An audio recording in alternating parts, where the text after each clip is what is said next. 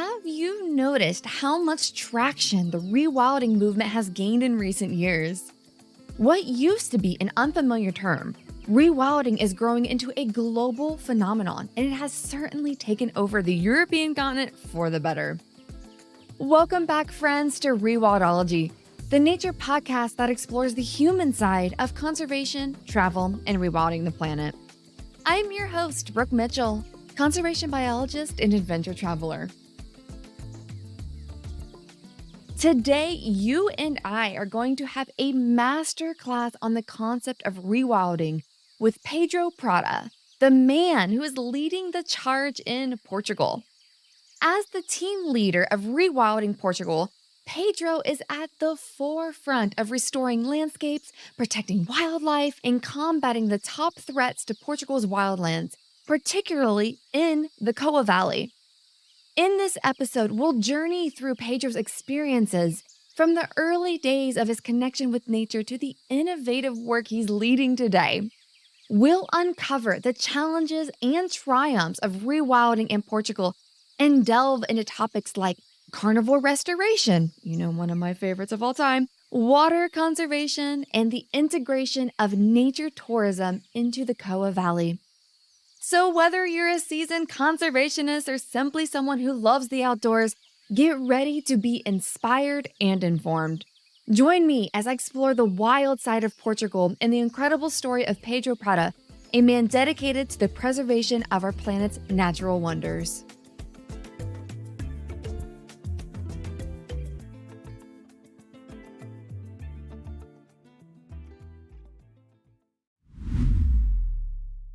Well, hi, Pedro. Thank you so much for sitting down with me on the other side of the world. I'm always so happy to tune in with people from everywhere across the globe, and you are representing a new country for the show, which is even more exciting. So before we get to the amazing work that you have been pioneering and leading the charge on, could you tell me about the early days? What inspired you to take a path into conservation and restoration work? Yeah, well, thanks for inviting me. It's great to be here. A fan of the podcast, so it's a pleasure, real pleasure to share also my experience and my knowledge around this landscape. Portugal. It's not such a well-known country around the world, and a small country in Europe at the edge of Iberia. So it's interesting for all those reasons too. I grew up close to the mountains, the highest mountains in the country, in a farm setting. So I live in the countryside, and I grew up surrounded by nature, and the natural world always interested me. In my early days as a kid, I used to watch all these nature and wildlife documentaries. So all of those influences I grew up with, and as it matured and developed during my growing up, I became more and more interested in biology, and I went to college to learn about it, to train myself in as a biologist. And my early interest in biology was actually evolution, the process of evolution. It's fascinating, and that's what sparked my imagination back in the days of college. And I've researched and trained mostly in evolution-related matters, all the way to my first master's program that was ecology and evolution. And once you got into the job of researching evolution, at the same time that was combined with a significant part of ecology research put together, I kind of realized that the fundamental idea on what evolution is quite interesting, but for human experience on this planet, it's quite limited to actually do something about it. They actually can't do anything about it. It's just a process that goes, and it's marvelous to see it happening. And it's marvelous to know the history of the planet and its life forms, but there's really very little you can add to it. So on the same time as I was doing that, my research also touched the ecology part, which is a different process. It's a more immediate process. It's a process that you can actually see develop before your eyes, and you can interact to improve it. And I started to realize that could be one of my dedication as a human being on this planet, is to learn more about this process and how to help it to restore and to go further. And so on top of that, I've decided to take a second master, and this second master was conservation biology, just because the experience that I had lead me to that. So I was researching coral reef recovery, both on the ecological recovery and the evolution impact of that recovery. And what I realized during my research is that on evolution impact of that specific group of beings, of life forms, there's pretty nothing else changing. But at the ecology level, it's pretty impressive how it was recovering from a natural phenomena that led to its destruction and recolonization of a whole reef. And that was really interesting, even if more compared when people are a variable in that equation too. So if people do some activities, they will hamper this recovery, but if they do a different kind, they can help it to restore. And that for me was a defining moment where I realized that it's a choice of how people interact with nature that can lead to helping the development of recovery or actually destruction. So having that in mind, I've started to get more and more interested about it. As I said, I did a second master on conservation biology, but I was also involved in many different projects around the world that were dealing with the restoration of different habitats from the Amazon to the Northwest Pacific in the U.S., Caribbean, and many different habitats and biomes around the Americas. I was involved in the actual practice of restoration, and that was the early days of my career as a conservation biologist. And what are some of those things that you learned going abroad? What were, I guess, some of the big takeaways that you had in all of these different restoration projects? I mean, wow, the Caribbean, the Pacific Northwest, like you were everywhere. What are some of the big things that you learned that you brought back with you? So one of the things that impact me the most is the different perception that we have from Europe regarding what nature restoration is. So I had a classical training on nature restoration, and Europe is a very old country, so it has its old ideas, and it takes a long time to change those ideas.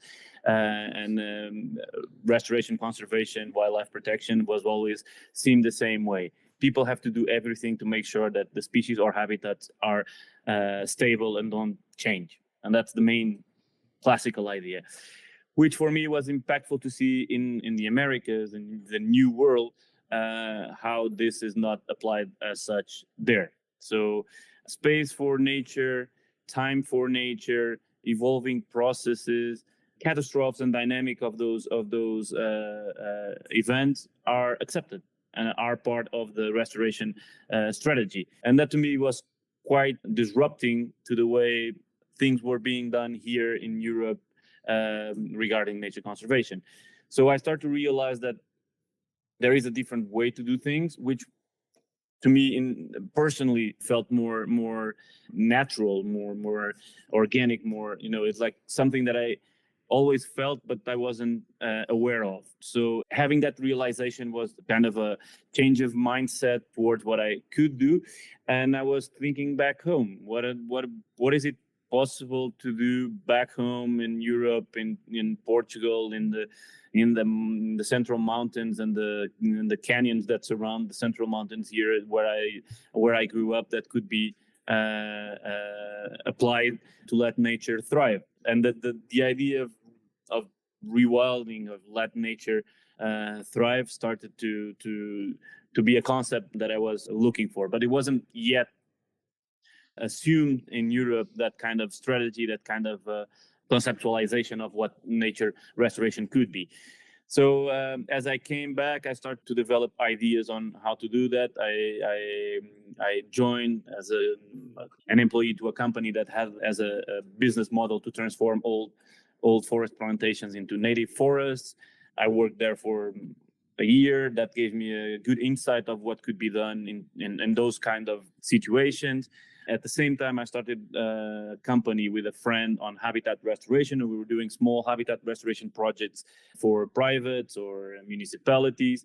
and they're all very limited in a way because the scope, size, and goals were small.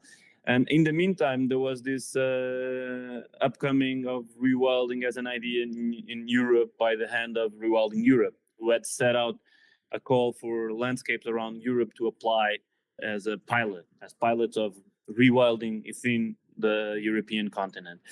And one of those early pilot areas, landscapes, was just next door to where I was living. And as they were selected as one of the first 5 pilot areas for Rewilding Europe, they opened a call for a team leader for the Rewilding project and also managing director for the organization, to which I've applied, and I was selected. So back in 2014, almost 10 years ago, I started my job at that organization as team leader for the rewilding landscape of the Western Iberia area, which was a poorly defined area, but the concept was there. And as I joined, that was my task, to define that specific work. What is the strategy? How to achieve it? How to set goals and steps towards it, and to define it as a project, as a initiative for the future. And since then, that's what I've been doing for the past 10 years. First in that one NGO, and now in Rewilding Portugal as a leading partner of the partnership that leads this now Greater Coa Valley rewilding area.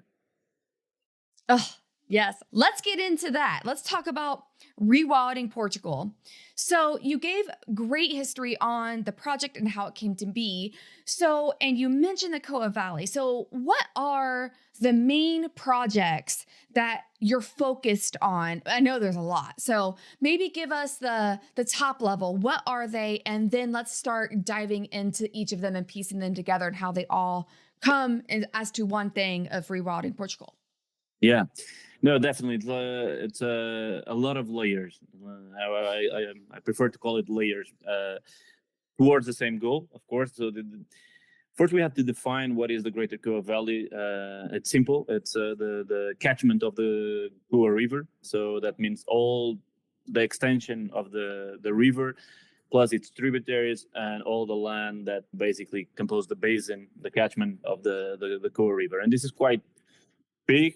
I'll use hectares as a measure. It's 320,000 hectare big catchment. It's basically the region in between Guarda, the central mountain system in Portugal, towards the border with Spain. It's basically that whole region. So everything that rains past the central mountains will drain through the Coa into the Douro, which is the main river where the Coa is a tributary. So all of that area has a very rich and old history, first, human history. And it has been marked as a passage, mostly an area where humans and its activities have passed through. So the settlements here are more, if you look back in history on a grand perspective, more or less unstable. So they pop up, and then they disappeared. And so people staying and doing their activities, it's a boom and bust. So it starts and goes away. And that led always this region as a more or less wild region, because every time there is a spike in human activity, nature and processes are driven away or become suppressed at some point. But then every time it goes down, they will come back immediately. And we're now at this stage, honestly, where if you look back at the social economic history of the region for the past century, we're now in this decline slope of human activity and its impact on wildlife, and that what's happening in nature and wildlife is coming back. And so that was the context where we're setting up to promote this wildlife comeback, this rewilding of the landscape to happen in the Greater Coa Valley. And to achieve so, regarding the conditions that we have to have a strategy. And basically that strategy has to touch a lot of different layers. So these layers are both, of course, ecology, wildlife, nature, and natural processes, but also people, sociology, economy, where are the ups and downs, the strength and the weaknesses of this economy in such a region, and also the cultural aspect of the landscape. So these are many different things going on regarding each of the layers. I think we can go through a few of them.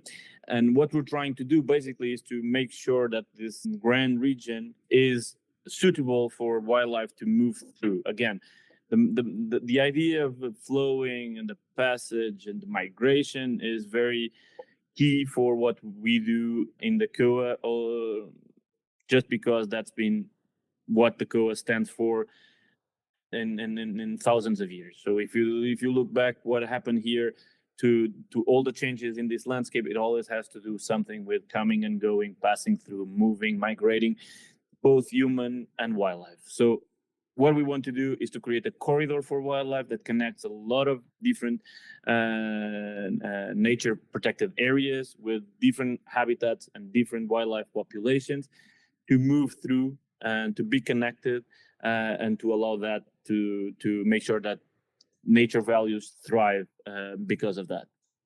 So how to do that? That's another question. I used to summarize that we try to take advantage of the opportunities there are, while at the same time we try to withhold and reduce some of the threats. So if you work on maximizing the opportunity while reducing the threat, that's where we change the balance towards allowing nature to come back. And that's the basis of the rewilding strategy for the Greater Coa Valley. Oh, so cool. And for context, is the Coa Valley determined as one of the top priority nature areas? I guess I've unfortunately have never traveled to Portugal. So I guess just for my understanding, why was the Coa Valley specifically chosen? You said that you did mention all of these important, historical reasons, and it is a great corridor. But is there another area in Portugal that also was a top candidate, or was this determined to be the most important that needed rewilded first, and then you could start moving into the other areas? Yeah. So it wasn't the top. If you think about it from a distant perspective, that wouldn't be the top priority. And because first, it's a very not so known region of the country, even for the people of the country. It wouldn't be on the top priorities for tourists. It isn't either internal or international. It wasn't classified as a natural area.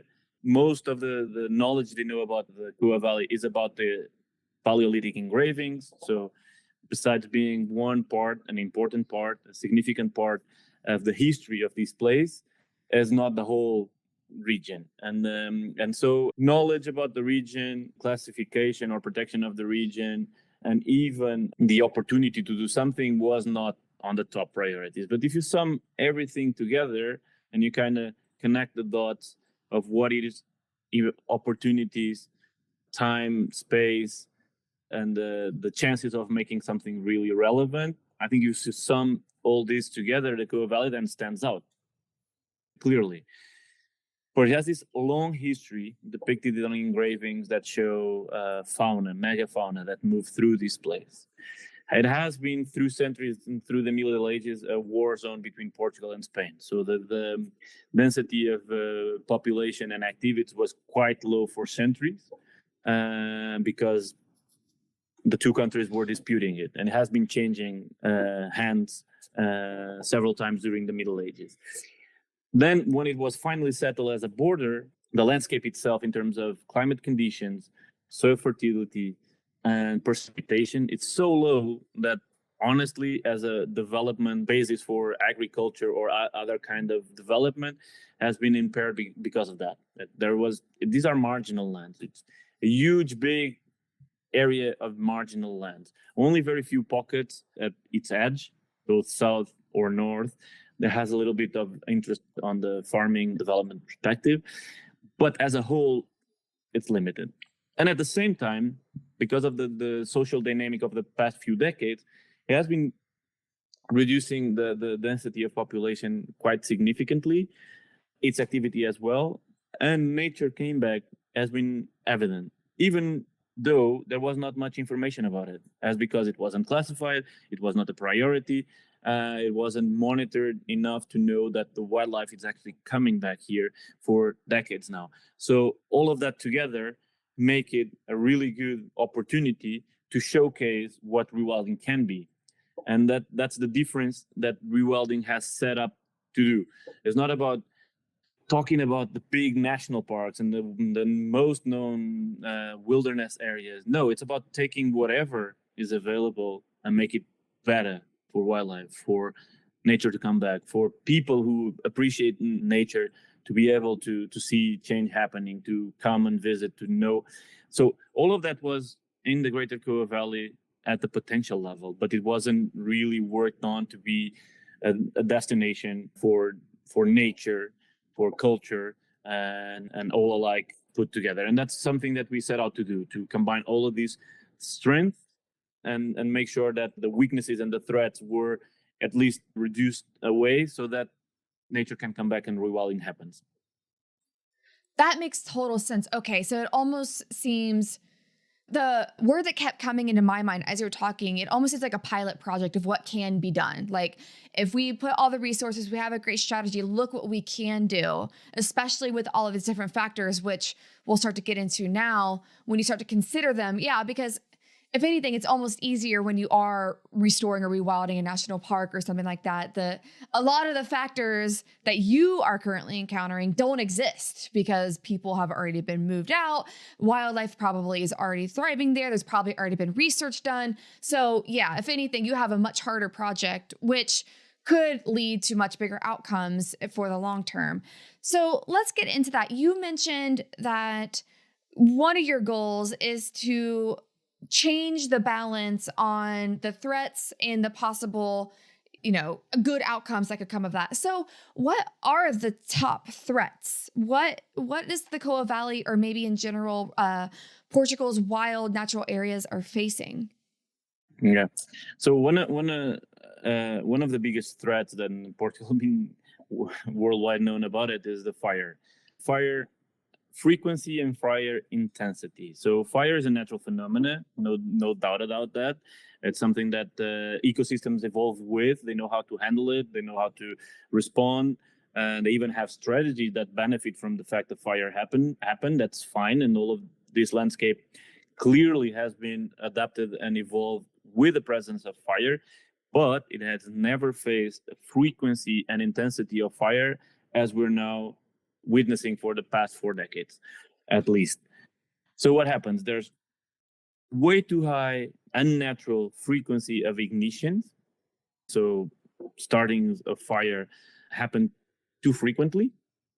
And these are mostly 90-something% human caused. According to official statistics, 50% accidental, but 50% intentional.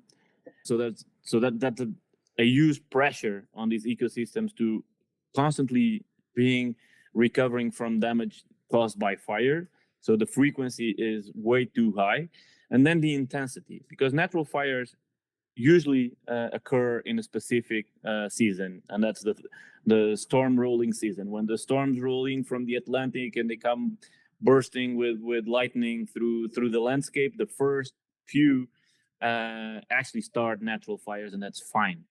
But that happens after summer, early fall, first rain seasons. So the impact of the intensity is much lower than what we're witnessing here at the beginning and peak of summer, having a huge frequency of ignitions, and that starts fires that when they spread, they are uncontrollable, and their intensity is a nightmare. It's impossible to deal with it. It just scorch everything through its passage. And so this is a big threat. So one of our strategies is to reduce that threat by reduce the number of ignitions and reduce the intensity of which the ignitions might happen to achieve. So how we do that? We do that on a very active way and a more passive way in parallel.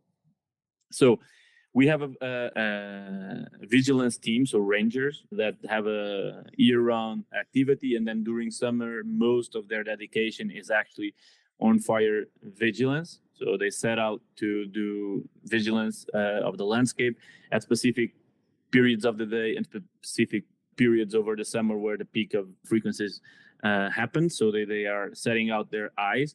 And then they cooperated with huge extended network of people who are either volunteering to help in the vigilance, or are people in the local communities, villages, and towns that have information, are in straight contact with these rangers to give early warnings, and then they are in contact directly with the official firefighting capabilities. So firefighters and civil protection and the police are in direct contact with our rangers. So these our rangers are kind of a pivotal hubs of information for early warnings and the passage of these early warnings to the official combat forces.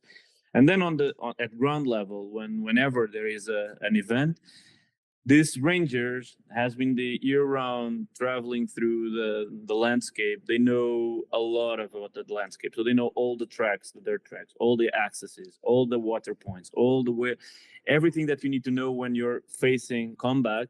And sometimes it is clear that the firefighters or the civil protection, they don't have that information. So having these rangers on site to help them to access, to get to a water point, to turn back if needed quickly and to escape, it's crucial for the combat forces to happen. But I always say this, our vigilance team is designed to fail.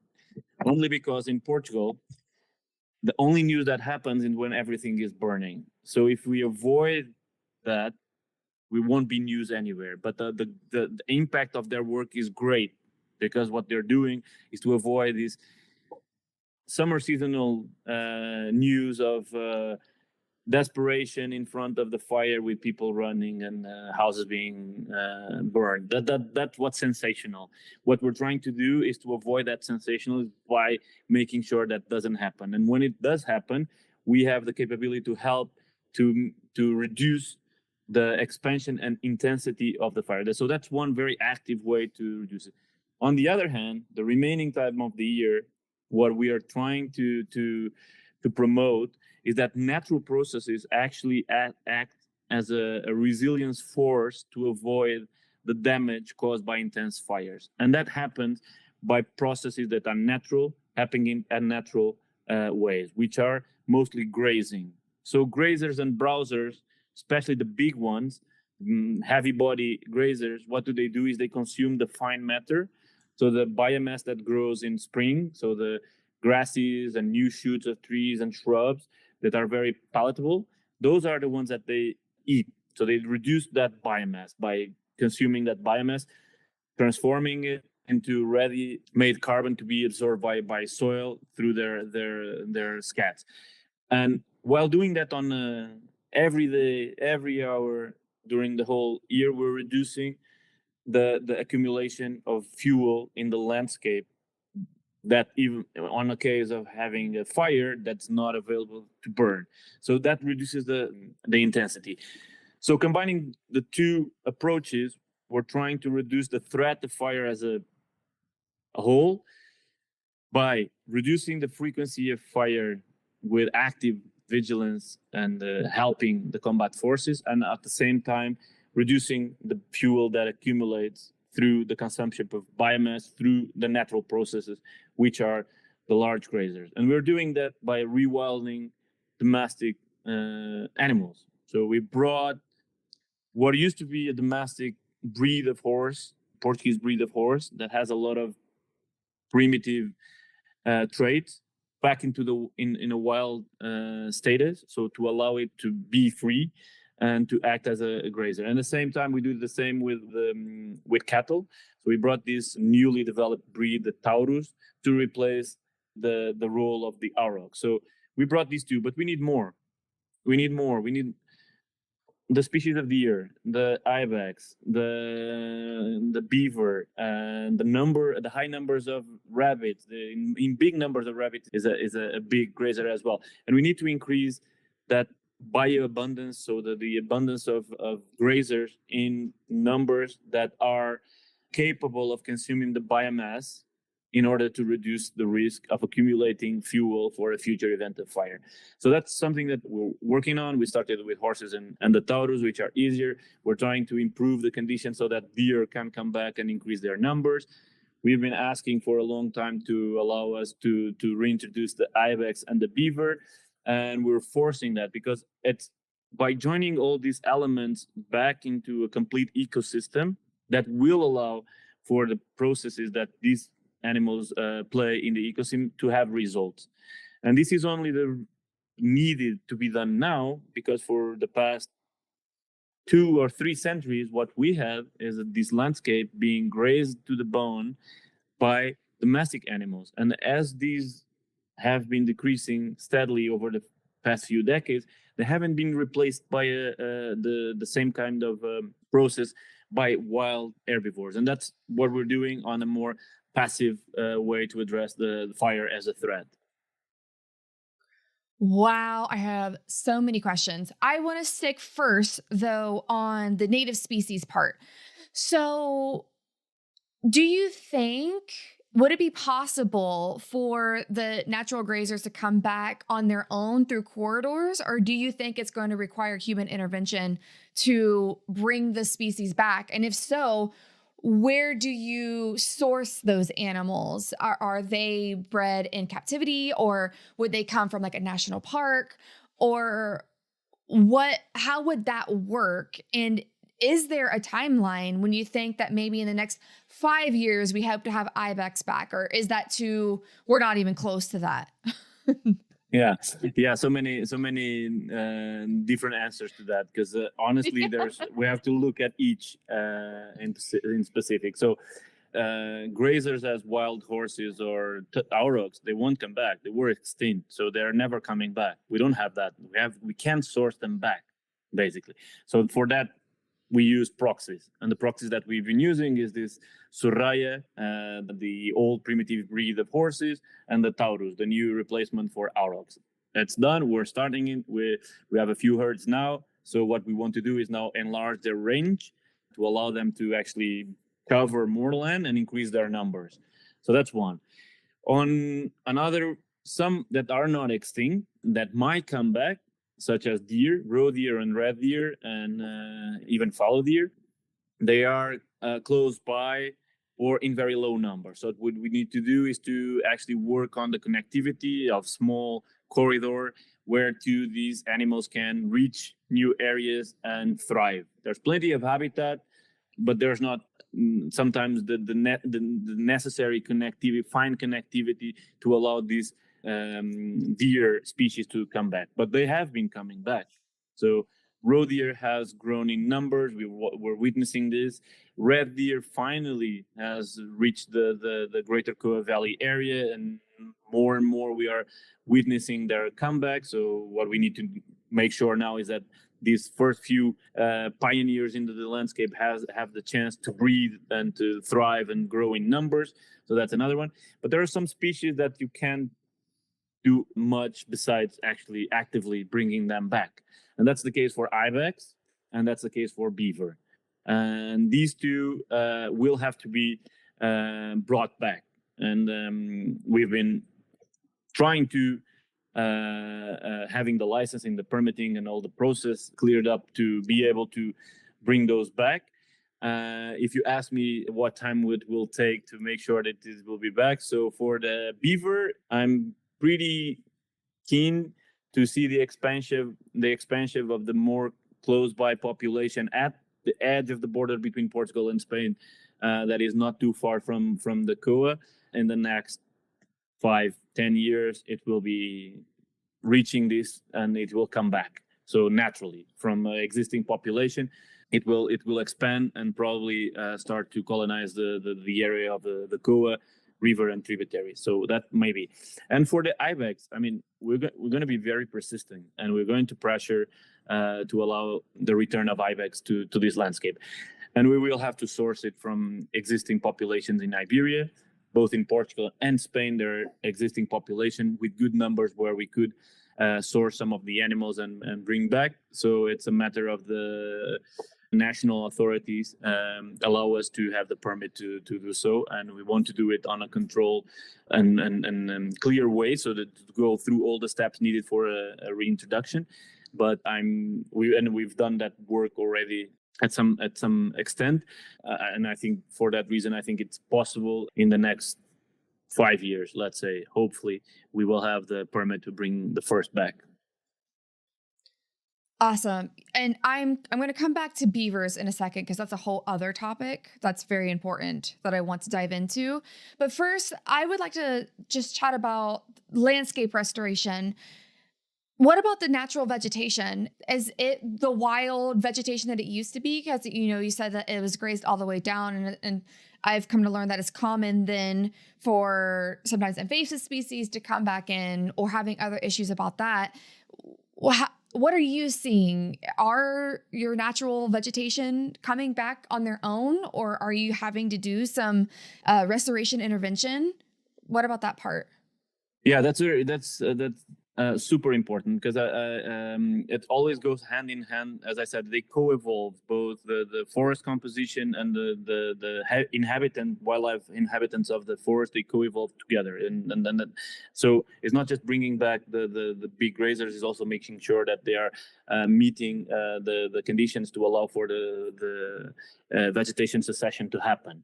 What we see here, it has been highly transformed the whole landscape for multiple reasons, and what we see now is that wherever it's allowed, the natural vegetation comes back. So seeds aren't too far for shrub and trees to find their way in, but is limited. So we don't have the whole complete range of species that could be, because their seed sources or seed populations are too tiny, and they lack some of the processes to allow them to spread. For instance, tree-bearing species of trees, fruit-bearing species, I mean, and so trees that produce fruit, they usually need a vector to spread their seeds. If it's a small fruit, birds do that perfectly. They eat the fruit, they'll drop it somewhere, the seed will spread. But if it's a big fruit, if you're talking about an apple or pear, or a service tree or a strawberry tree, which have like a much larger fruit, birds have a limited capacity to spread the seed. They might be eating the fruit, but they're not consuming the seed, so they're not spreading it away. So one of the things that we're doing is to allow for the natural dispersion of these seeds by the large grazers. So we're giving these fruits to the horses and to the taurus to be digested, go through their digestive system, prepare the seeds, drop it with some nutrients on the manure, and allow it to grow. And that's one. And in some cases, we're even planting trees, which is sometimes not what you expect from the rewilding initiative. But wherever there is a chance where we can set out these high-density plantations of species that are missing in the diversity of the vegetation surrounding, we're creating this small woodland with lots of different species that will attract wildlife to go there, feed on the fruits or the seeds or whatever, and carry them away. So that's spreading. What we're witnessing is that we are the first successions of vegetation recovery, because there has been start from ground zero. There has been a lot of fire frequency. So every time there's a fire, the succession comes back a few degrees. So what we're witnessing is that we're at the first level of succession. So the natural cover nowadays is open woodland dominated by oaks. In the more arid parts, it's dominated by evergreen oaks. In the more rainy parts by Pyrenean oak, which is the typical oak from the region, or Virginia oak. So it's mostly oak species that cover the land. What we're missing is that those oaks grow old, deposit a lot of soil, humus, that allow for other species that require more soil composition to thrive. And these are the service tree and the lime tree and the apple, pear, and the strawberry tree. All of that bears fruit, bears other type of biomes for many different biodiversity, from bacteria to invertebrates to bird and mammal. All of that is still missing, and that's what we're pushing for. And we're pushing for in different ways, either through planting, spreading seed, giving the seed to grazers, and first of all and most of all, allow for time for the succession to happen. That's critical. If we allow for succession to happen, that means lower intensities of fire and lower frequencies of fire, and no harvesting or blind harvesting of firewood and clear cuts.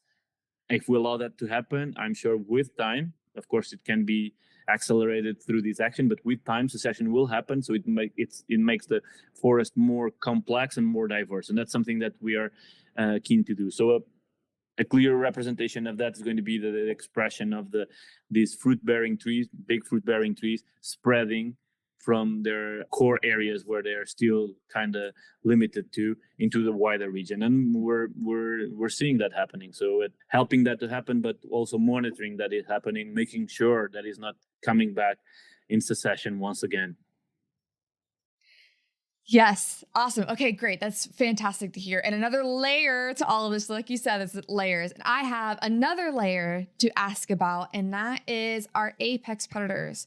So no ecosystem can be complete if the top or apex predator, whatever you want to call it, is they are not there. They have to be there if it's to be a full circle ecosystem.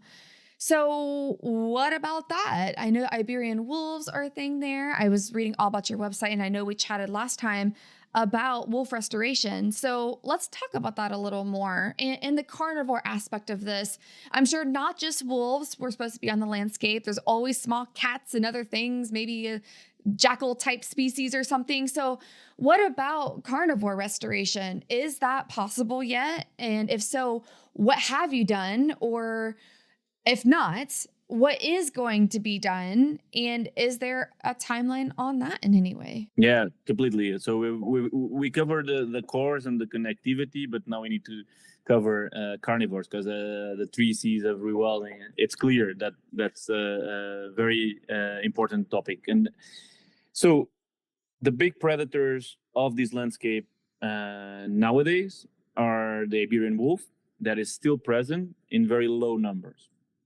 And the second, it's the Iberian lynx that has disappeared from the area, which was the last population in Portugal back in the 90s.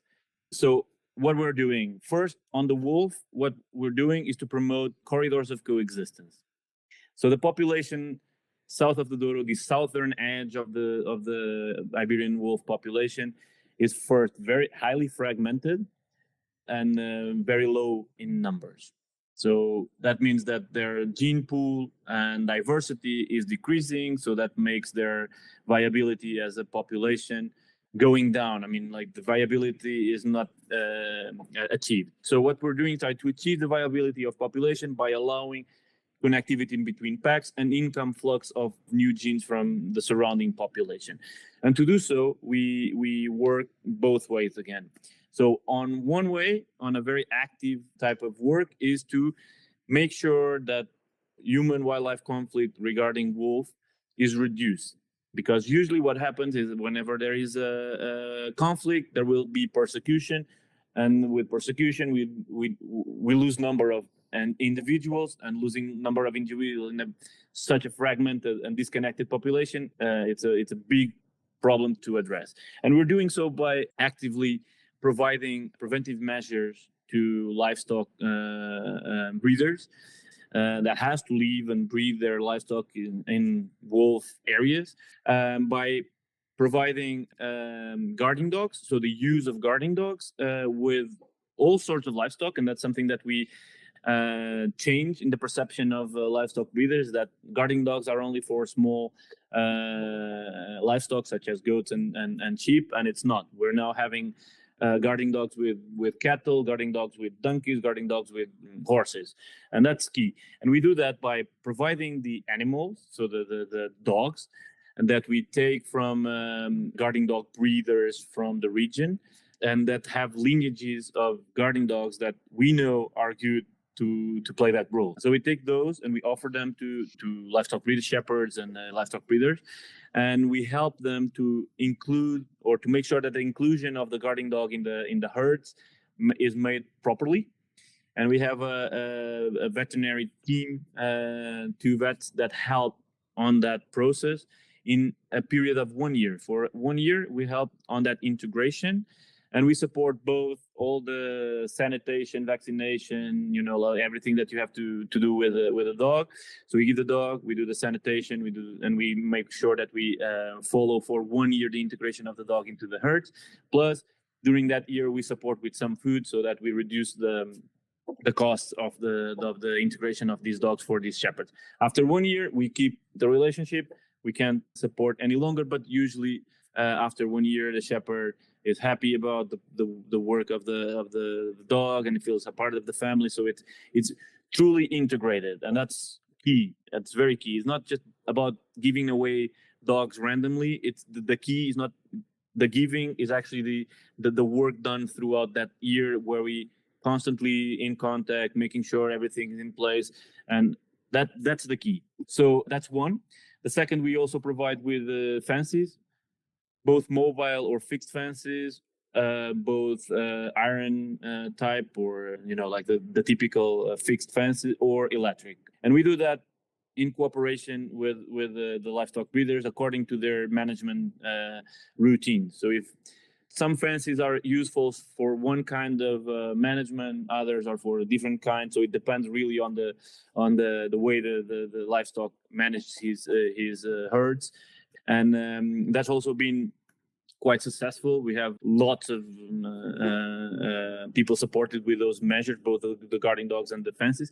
And the one thing that I think is very clear is that for this community of livestock breeders, there is a point where they can reach to ask for help, and that's been us mostly, because their experience has been that there is a compensation system for wolf damage that is run by the state officials, but it's run so poorly that people are giving up on asking for compensation. First, because it's low payments, takes ages, is very bureaucratic. Nowadays, you have to go online to a portal and to fill up these forms. And I mean, a shepherd doesn't have the time for that. So it makes it so hard to actually be paid back for an attack that people are just giving up.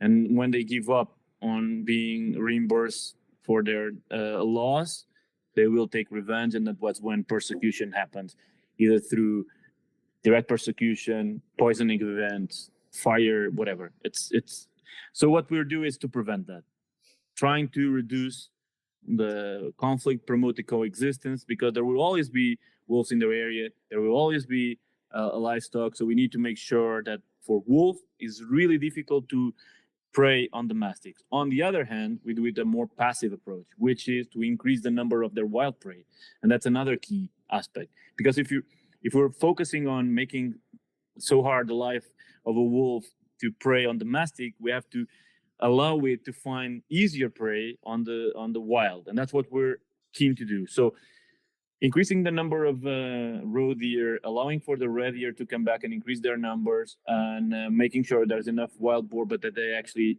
can feed, or they have access to scavenging of whatever. It's important because these are feed sources for wolf that they will prioritize if it's easier, instead of going and trying to risk their lives hunting on domestic prey. So that's both. That's the coexistence corridors strategy that we're doing to promote the wolf. We know that they are present. We know that there are few packs in the region, very unstable, very low numbers of breeding, very low success of the breeding of wolves, and we want to change that. We want to make sure that they have more food, they have less impact and conflict with livestock breeders. They find their prey, and they're able to migrate and to breed in order to improve their gene pool, so that make sure that the viability of the whole population is increasing, instead of what we've been witnessing for the past 2 decades, which has been a constant decline on both diversity and abundance of this top predator, which is key to keep a healthy system of grazers in check, make them move, take out the weak, control the outbreaks of disease. And this is super important. And to make sure that if we're working on increasing grazers, we need to make sure there's a balance to it, which is the presence and effectiveness of a large predator, which is a wolf, especially a well-structured and sustained wolf pack. No disturbance, allowed to breed, allowed to prey on wild prey. That's when we have packs that are strong enough to keep wild grazers in check, and that's what we want to do. And that this has been the strategy. The second, and to me it's a very dear predator, is the lynx, the Iberian lynx. So the lynx has gone through this well-known historical bottleneck where we ended up with having fewer than 190 something individuals in the whole Iberia, and it's on the brink of extinction. The last population of lynx in Portugal actually was in the upper Coa region, so in the area of the Malcata, where the spring of the Coa is, this huge hilly area. And that area back in the late 80s, early 90s was transformed deeply from a scrub open woodland into intensive forest plantation. And that destroyed the habitat, with it the habitat for its prey, and also the occurrence of the first waves of disease affecting the rabbit population. By 94, the last lynx scat was found, and that's it. That's the last evidence that there was any lynx in that area, and it hasn't come back yet to settle in the greater Coa Valley. So for me, when we have clear evidence that they have back to settle in the greater Coa Valley, that's like a lifetime achievement, I would say. So again, how to address the lynx? The same: coexistence, corridors, habitat, and prey. That's simple. That's our strategy. So nowadays we have dispersing individuals of lynx passing through the Coa. Actually, the Coa as a corridor has been seen to be one of the corridors that the lynx move through. So the ones that have been reintroduced in the south of the peninsula with trackers have moved through the corridor through the Coa, but they haven't settled. And the reason why they haven't settled, they're mostly males looking for new breeding grounds. So they're always looking for female territories. If they can't find it, they just keep moving on. And that's what we've been witnessing in this region. So they pass, they never settle. And the reason why they don't settle, these males, because they don't find females. And the females don't settle because the females are very strict about what their territory has to look like. So it has to have good abundance of their favorite prey, which is rabbit. And for a breeding female lynx, it depends on 80% of their diet on rabbits, because it's the easiest and is the best, most cost-effective energy prey when they are milking their cubs. So they need to have good densities of rabbit. And nowadays we have poor densities of rabbit everywhere because of multiple factors. Okay, we can address them later. So that without the rabbit, they won't settle. Without settling, the males won't come and settle as well. So there won't be any breeding. So what we will be doing on that, we want to make sure that there is a chance for the rabbit population to bounce back. So that the nowadays densities of rabbits, which are scarce, become at least a little more abundant to allow for a future recolonization of lynxes, female lynxes dispersing, naturally looking for suitable habitat to find it here. That's something that we're now planning to start working on that. It's not so straightforward how to do that. Has been multiple attempts in Iberia, and it's not clear what are the success factors and the unsuccessful factors. It's not clear. We're going to try to do the good practices, whatever has been working out there, trying new ones as well to see if we can find a way to bounce this back. One of the things that we noticed as we brought back the big grazers, it has been a change in the abundance and distribution of the few existing rabbits in the areas that we brought the large grazers to. And what happens is that large grazers also play a role of facilitation in ecosystems. So they are facilitators for other species. And what we witness is that we had a distribution of rabbit in the areas before we bring the grazers that were mostly scattered around the thick bushy areas. So where there's like thick bush, they would stay around because they have the bush as cover for aerial predators and also for land predators. So they would make use of the bush as a protection. Once we brought in the large grazers and they start browsing and grazing around, opening these meadows with more open ground, we saw that the rabbit moved their habitats from the thick bush to the open areas. So they were more present where large grazer usually are roaming and grazing. And one of the explanations for that, I think, might be their facilitation role, which is grazers keep grazing, and that kicks off the response from grasses to produce new shoots. And these new shoots are usually more tender and more nutritious, and that's what rabbits look for. That's one type of facilitation. The second is that large grazers usually are in herds, so they have social herds, few number of them, 10, 12 animals put together. They are organized and they tend to dislike disturbance. So whenever there's a fox or a mongoose or a civet or whatever coming by, they will react to it and shoot it away. And that's a little bit of protection for the rabbit too. So they facilitate a little bit of the protection by their massive presence. And we saw that response from the rabbits from moving the encroached bush, which was like an umbrella type of protection, towards a more dynamic type of protection on the interaction with these large grazers. And so that's something that we are keen to keep monitoring, see how that affects the population of rabbits and how to help. But that's not the only and not a key solution. That's one complement, let's say, because rabbits now face situation. So for they have very low numbers. They are suffering from waves of different type of diseases. Wow. They are facing the lack of top predators. So they are facing a huge number of smaller predators that predate on this population. And on top of that, once over a year time, they have managed to survive all of these three first threats, so the disease, the low numbers, and then the high numbers of small predators, then by the end of the year, when it's fall and winter, they are hunted, actively hunted.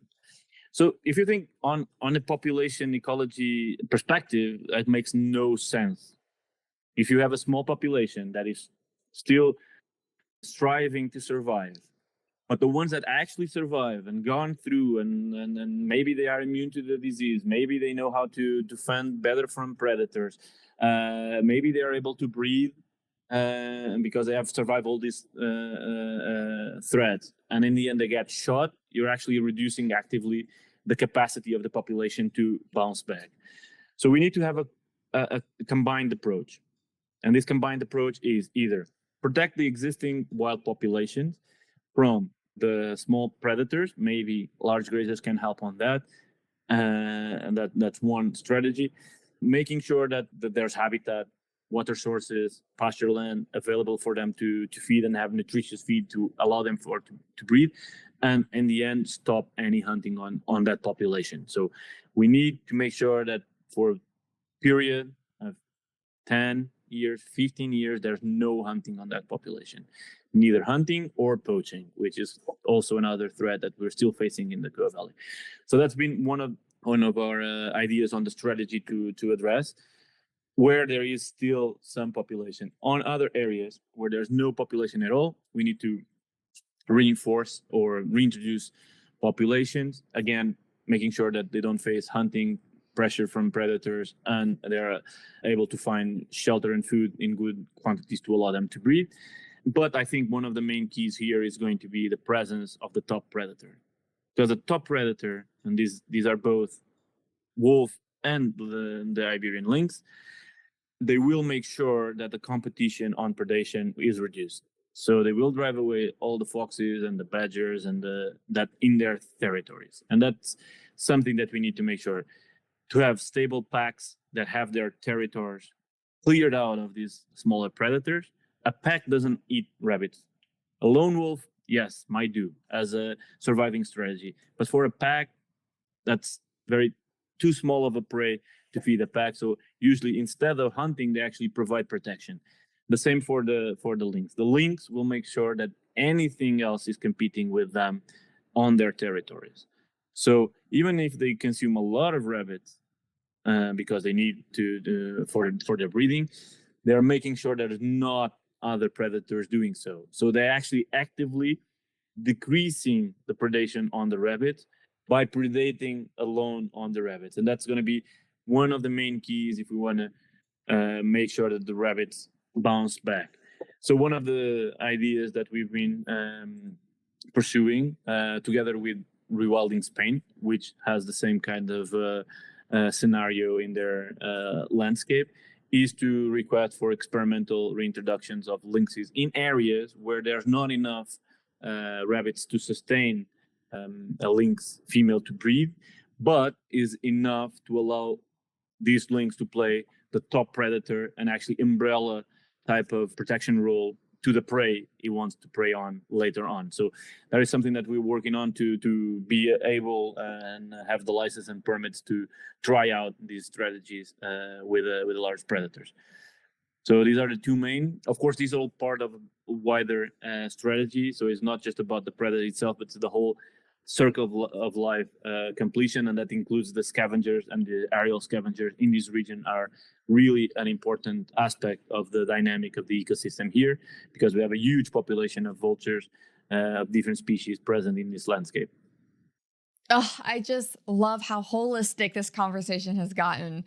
And it's such a big problem because here in the United States, mesopredator release is a thing. Like when, coyotes have gotten really big here. And I've had the pleasure of sitting down with Vedran, the veterinarian who helped found the Life Lynx Project, which is really cool. Miha Krofel, also a big part of that. John Linnell, also a big part of that. And then also wolf experts like Valeria Salvatore.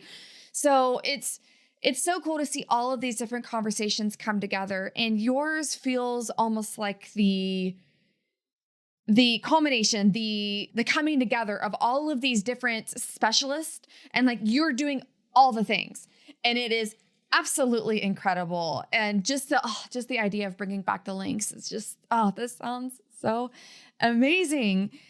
So I promised that I wanted to get back to beavers, and I want to do that right now. And maybe for those listening, I would love for you to explain a little further why beavers are so important and how they are directly related to one of the potential biggest conservation issues that we're going to face in the next decade or two, and that is water security and water availability. So beavers are one of the best nature-based solutions to this problem that is starting to be a big threat, as we're seeing a lot in the United States with all these big droughts that are happening, water washout, all kinds of stuff. So I think I might have just given a whole bunch of spoilers, but why are beavers one of your top priorities for you in the Coa Valley? Yeah, well, basically because of everything you said, that applies into the landscape as well. I mean, it's clear if you look, as you were mentioning, the Southwest U.S., which is dry and is facing the new challenges of climate change and water security. One of the consequences of that, the same happens here. We're in Iberia, so Iberia is just the next door to the Sahara, and Sahara is expanding. So that conditions will be much more arid that we have experienced so far. And if we don't have solutions to make the landscape more resilient to that change, then the end result is clear. What can happen is going to have to be a more desert-like landscape with less vegetation cover, with less water availability, and with it all, life will at least be decreased in terms of numbers, densities, and distribution. So beaver play a massive key role, kind of solution for that, because they're the ones building up the resilience of a landscape with increased frequency of droughts, increased average temperature, increased number of peak of heat during summer. So all of that finds shelter in the shady, coolest areas of the landscape, and these are the water lines. If these water lines don't have beaver present, they will run off to the sea as fast as they can. They just drain. And what the beaver does is actually slowing down that drainage process to allow for the water to spread out of the water lines into the surrounding areas, providing more habitat, providing more chances for that water to infiltrate, allowing to slow down the speed of the flow of the river, allow for the mineral matter, so all those deposits to settle down and not be eroded away to the beaches. So all of that is creating new spaces for water to hydrate the landscape, increasing the buffer zone of the waterways to their surroundings. I think it's in Germany where they have a law that says that within 20 meters of the waterway, that's beaver land, because that's what beaver will extend their influence to in case of their even if they're not present. It's just as a prevention for 20 meters both ways. It's beaver land because that's going to be influenced. Nowadays, what we see is like these tiny, deep creeks and small streams that look like a drain. They have maybe a few line of trees on both sides, but besides that, it can be completely barren and arid. So the beaver plays a major role to change that situation, increasing the water table by constructing the small dams, allow for the water to spread so that this water line, instead of having one line of trees, might have multiple trees growing surrounding, because they're food source. The more they chop down trees, the more copious the trees are, so the more shoots there will be, providing more shade, allowing for the cooling down of the water, and allowing for that water to stay longer, to infiltrate the ground levels. And that is key. And then in the Coa, we have this historical moment where the Greater Coa Valley only exists today because back in the 90s, there was this massive public campaign against the construction of a mega hydropower. The reason why that was stopped was because of the findings of the archaeological remains in the Coa Valley that would be submerged by the waters of the dam. So there's no dam, and this has always been the answer to all the droughts: build more dams. And we all know that doesn't work if there's no rain to feed those dams. The bigger dams actually increase the evaporation, losing even more water. And what we see below the dam is even more drought than before. So it feels like a natural solution, just contain the water in bulk, but in the end, it actually turns out as a counterintuitive result, which is less water availability for the landscape as a whole. So we contain it at the dam, but everything besides it is completely dry.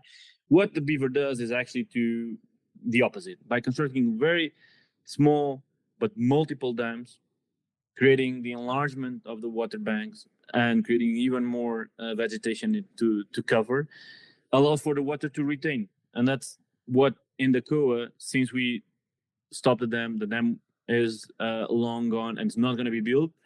We need to bring that back. We need to bring the answer to the non-construction of the dam, which is to allow for more dams to be built by the natural engineer that does so, which is the beaver. And I think that is the opportunity that we have here to showcase what is a different approach, again, to this landscape. Instead of lots of concrete to contain water, let's allow for the beaver to construct a lot of water reservoir that will benefit much larger areas of the landscape than a single huge big dam would be for a very tiny part of the landscape, with all its negative consequences. But bringing back the beaver is, of course, key. And again, by constructing a landscape or promoting a landscape that allows for lots of new water areas or humid areas to be created by by beavers, creates more discontinuity in the landscape in case of fire. And we've seen that several times. It's been documented several times where beaver dams are present. It creates refuge for wildlife. Even in the case of fire, wildlife finds refuge inside these humid areas created by beavers. Beavers create what is called the beaver meadows, which is old remains of old dams, which are super rich in nutrients for grazers, invertebrates, pollinators, everything. and plus creates the discontinuity, because if these humid areas are large enough, even if the fire comes, it will at least reduce the intensity to a point where it might just cease or be combated with a chance for the combat forces to actually put it out. Because as it is now, what we have is, in case of extreme fire events, it's impossible to stop them. It's just biomass in the waiting to be consumed by fire, and beavers act to stop that continuity of biomass accumulated and dried, ready to burn, with humid, dense areas of different habitat that allow both for a barrier for progression and refuge for wildlife even escaping from a fire event. Yeah, and exactly. I'm so glad that you went through even the science behind this, like why this just makes sense, because there's a big movement now, just like you said, in the Western United States, which parts of it are very similar ecosystem. A lot part of the region that I lived in seems to with the Coa Valley. And there is a big push right now to bring back the beavers, and a lot of these things for the exact same reasons you just said. It's, oh God, it's just so cool how the same solution could work on opposite sides of the world. So I love that you just went through all of that. And I would And have just go ahead. one compliment to that is that, I mean, in Portugal, at least here, we there's a national policy for the water lines that promote the recovery of water lines, and what they're Oh, doing, yeah, and they're spending millions on it, and what they're doing is actually trying to mimic beavers, and it's super oh, expensive. just bring back beavers.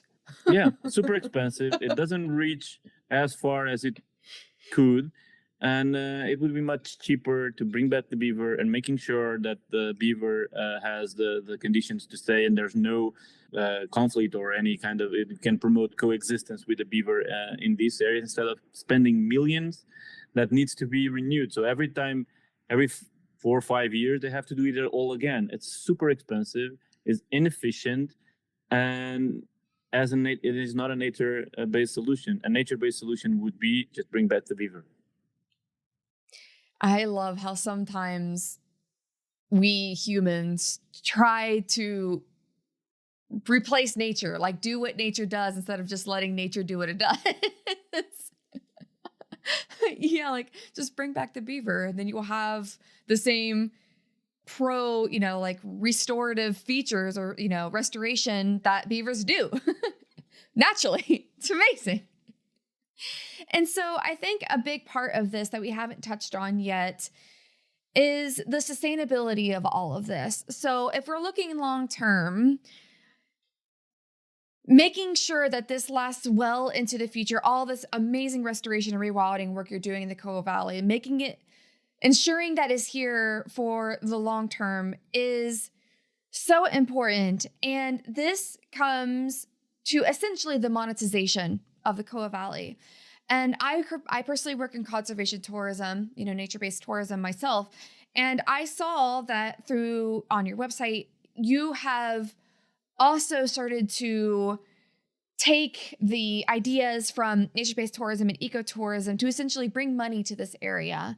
So could you talk more about that? Why did you decide to start the center that you have? What is there? How did you go about that? And what are your hopes and ideas and dreams of this part of the Coa Valley, essentially making it worth something to people that not just live there, but like me, like I could essentially come and experience the amazingness of the Coa Valley because you've given me the opportunity to do that. So could you talk more about that? How did that idea come to place? What do you have set up? What are the hopes for the future? All those things. Yeah. No, definitely. So, of course, that's a big challenge always, to think about what is going to be the long-term perspective to sustain what the efforts are now being done and how it will be carry on into the future. How can we make sure that this is not all in vain, and after the first grants, people just change ideas and move away? That's not. So I usually say that we're here for a generational purpose. So this is not the one-off project type of approach. We're here for a long-term commitment. It's an initiative that just started. So we need to find a way to sustain that process. And of course, we've been addressing several, and we are on the process to make it sustainable, but we already started. So one of the things that we've done so far And I think it's really important that we are trying to change the economic perspective for this landscape from extractive and subsidy dependence type of economy towards a different nature-based economy where companies and people that might set up their own enterprises look for nature as a non-extractive resource that they can monetize from, therefore making their living, making sure that can stay on the landscape. So we were witnessing several of these people that are willing, they like it, they are enthusiastic. What they were missing is there is capacity and reach. So they're on their own, each one of them trying their own enterprise, disconnected. So the first thing we noticed that because we did a landscape business analysis, so economic analysis, and from there we created a landscape business plan. So knowing what are the economic strengths and weaknesses, and from that design a strategy to provide more support to the ones that we find that are relevant to the goals that we are proposing as a nature restoration initiative. And so from there, we noticed that there's all of these tourism enterprise popping up throughout the landscape, but they weren't connected. So we created this Wild Coa network, which is a network of now 40 something businesses, 48 or so 47 to 48 different businesses in the landscape that have accommodation, guiding, hides, transport, products, several enterprises, and combining them together in this network so that they can create products and services that take into account and work together with other business from the network to propose or to give to the market new and more ambitious type of products and services, so that the markets have now like a chance, or the public that comes from those markets, to have now a chance to come and use multiple services or products from the many companies in the network. So this allows us to create packages that will attract people from outside market that usually each one of these companies wouldn't have the capability to attract on their own.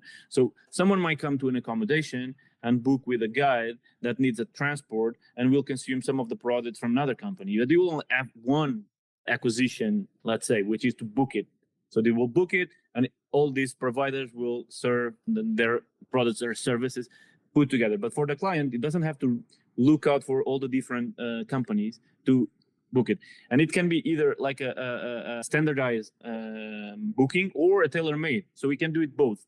And that will gather the different aspects. And on their own, because they are giving more services and having more clients from the network on their own as an individual company, they increase their portfolio and also their standard as a company itself. So they actually attract more business and more clients themselves as well. So they're benefiting both ways as companies. And we started with the tourism sector because honestly the easiest. So if you think about nature restoration and rewilding, what are people looking for to visit, to know, to come and see? And what is a more easily nature-friendly business? If tourism done well, it can be that one. So we started that, but we're not looking to stay there, to keep on that. So now we're working a lot with bringing out producers. So producers who use regenerative farming, organic farming, that they produce with wild, they source their materials from the wild, they promote wilder areas. So all of those who are now producing that kind of product, we want to integrate more and more. So to create this critical mass of producers to provide the network and the different tourism sector with those products, and also to be able to reach out and sell outside more of those products, so increasing their value as companies within this landscape, to become companies that can face off what is more easily done in this type of situation, is just extraction with no feeding back. So that's something that we're now working on. And one of the products that we're very proud of, it's been that comes in cooperation with a preventive measure for wolf. So we create this synergy between the sheep farmers in the region that have already adopted some of the preventive measures, and they weren't using the wool for anything, and we found a company that actually wanted wool to insert in their production chain that is produced in Portugal. So they want to source their wool closer to the production in Portugal, and that could benefit wildlife as well. So the sheep farmers that used to have as a cost the shearing of wool, because the market price for wool is net zero, and they still have to pay for someone to shear the sheep. They had it as a cost. We turned that into an income, so profit. So basically what we did, we got this company, they were looking to source their wool. We agreed with them that they would pay above average prices for the wool, plus they would pay for the shearing. So we took away the cost of shearing from these shepherds. The company now hires the shearing for them, and then it pays on an average of six times the market prices for the wool. So no cost, more profit, as long as these people have good coexistent practices. So they have the preventive measures in place. And this has been key. So we're now waiting for the launch of the shoe that is going to be made with this wool by the end of this year. And that is something, and that we are now on the pipeline to launch.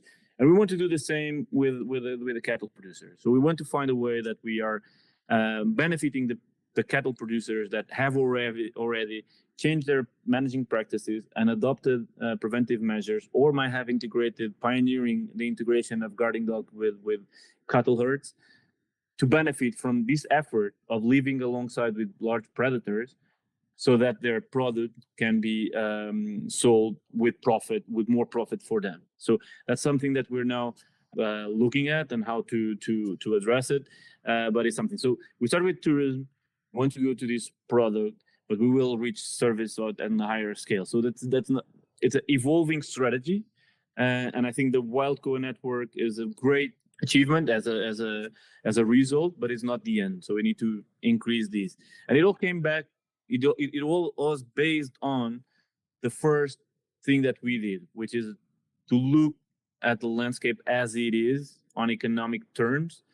So, and from there, design a business plan that could change what were the downturns and the weaknesses into opportunities, and actually providing benefits for people who are living and making their livelihoods here, in the presence of a rewilding landscape, in the presence of wildlife, predators, and so forth coming back. How will this benefit the people directly who live in this landscape, starting with tourism, moving to products, going for the ones that are even more difficult, such as livestock, and then in the end, services and otherwise that we will keep researching and developing. Wow, I'm I'm blown away for this entire conversation, Pedro. I don't know if there is something you haven't thought of, which is No, incredible. we haven't talked about culture. Yeah.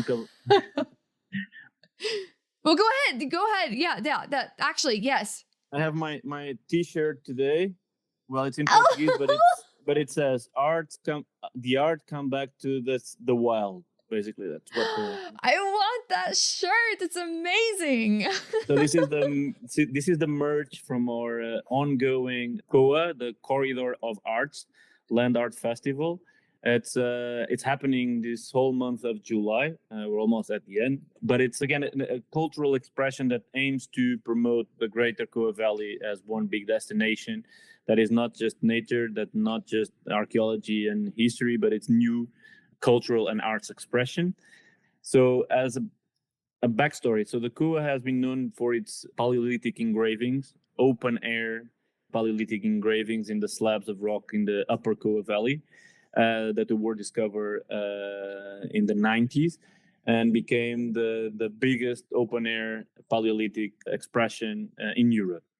So petroglyphs that are out there and depict wildlife, but have a history of depiction of those petroglyphs throughout the ages. So it started 33,000 years ago with the first engravings of aurochs and tarpon, the wild horse, and ibex and deer.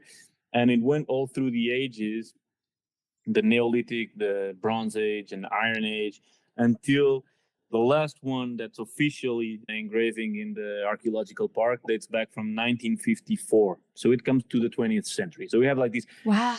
33,000-year-old tradition of expressing art through engraving in the landscape in the Coa. And we knew that.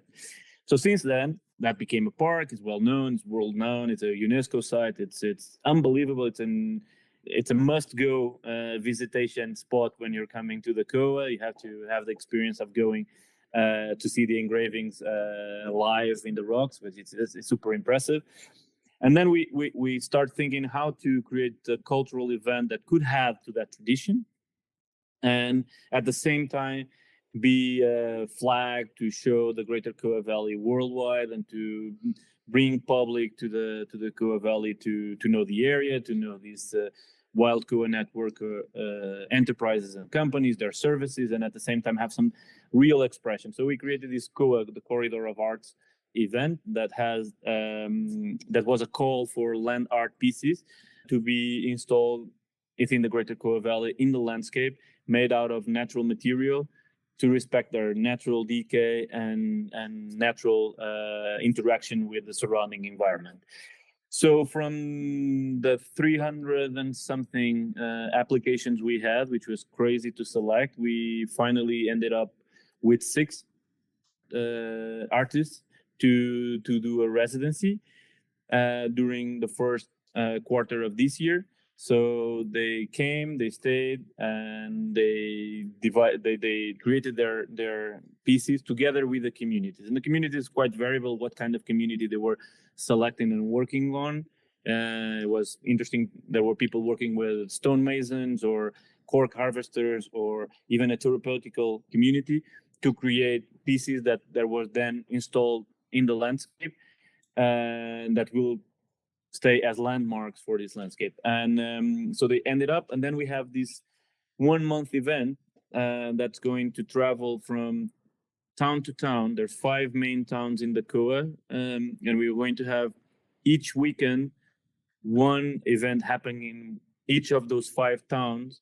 So 5 weekends in a row, we're having more than 70 artists doing music, theater, movies, performance during a week long in each of the towns, and attracting the people to come for the festival, to see the art pieces, to meet the artists, to get involved, to buy products and services from the Wild Coa Network producers who are on site on this event.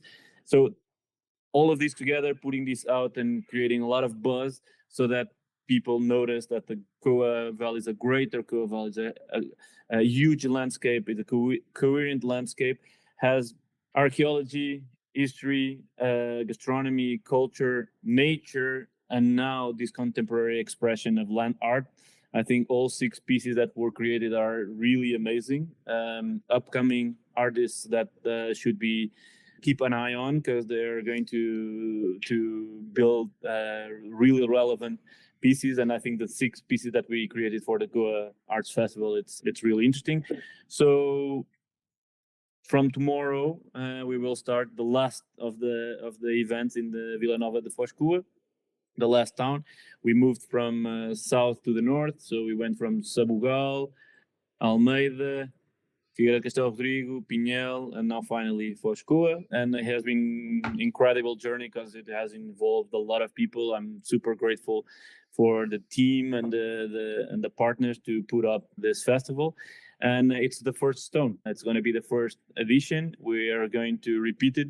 Not clear exactly how, but after we're finished this festival, we're going to decide, and probably something that we're going to be marking the cultural landscape of the country, to have a happening in the Coa with this land art festival. How cool. That was going to be my next question. I'm like, please tell me you're doing this again, because I'm literally so far away, and I would have loved to have been a part of that. But it sounds like, okay, good. For all of us listening, that's going to happen again. So some version of it will happen again. Thank God, because I would love to somehow be a part of that, because what you're doing is just absolutely incredible. Wow. So I did want to make a little bit of a switch here. I put out to the Rewildologist network, everyone. I asked for questions if anyone had any questions for you, and I got a couple back. So some of this first one, I think you've addressed it pretty well, but there is one part of this question that I'm very curious to hear your answer to. So it is from Sandra Swart at wildpass underscore on Twitter. Her question was, is there a particular Portuguese form of rewilding, or are the general principles at play here? Yeah. So on the specifics of the restoration action in Portuguese, I wouldn't say we can call it Portuguese. It would have to be Iberian, because that's the biome that we work in, like the Great Iberia. So the border is administrative and now cultural, but anyway, it's not natural. So there's not specific to Portugal, but to Iberia that is. So I mentioned it before. We have Iberian lynx, Iberian wolf. Rabbits play a key role in this ecosystem. So there's something that in Central Europe is different. So those are more specific type of things. Then there is a cultural aspect that I think in both in Portugal and Spain is similar, but also in some other parts of Europe, which is the notion of fallow land. And I think when you leave nature to recover its own fertility of the soils by not doing nothing.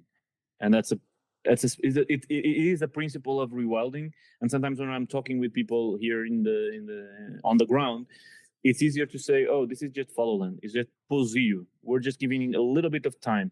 Maybe it's a long time posio. It's not just 1 year or 3 years. It's like 3 decades. But it's the same principle. It's just let nature recover itself. And that's something that was embedded in agriculture and in farming practices in the past, that fertilizers have been made obsolete.